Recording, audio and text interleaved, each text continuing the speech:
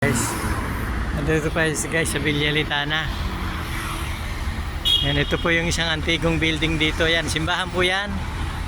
Yan ay antigo simbahan din po yan dito. Yan oh. Yan.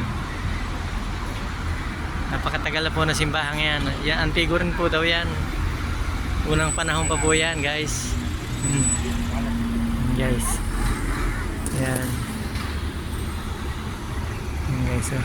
Ganda guys oh. Noong unang panahon po, yan po yata yung pinagtaguan ng mga Kastila nung giyera. Ayan o, sabi nila. Yan likod po niyan guys. Yan o. Dami mga turista na napunta rito. Ayan o, nagpipicture o. Yan guys o. Yan, napakarami po mga tama ng bala. Sabi nila yan eh. Mga ukit-ukit na yan guys o. Yan. Yan, marami rin mga turista na napunta rito. Yan o. Yan.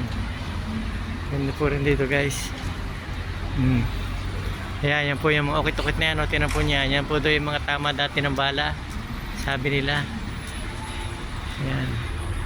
Kanya ito ay tambayan-tambayan ng mga turista guys. Yan o. Sa Villa Litana po ito eh. Yan o. Yan guys o. Napaka sobrang antigo na nito. Ayan. Sige po guys. Thank you po guys for watching.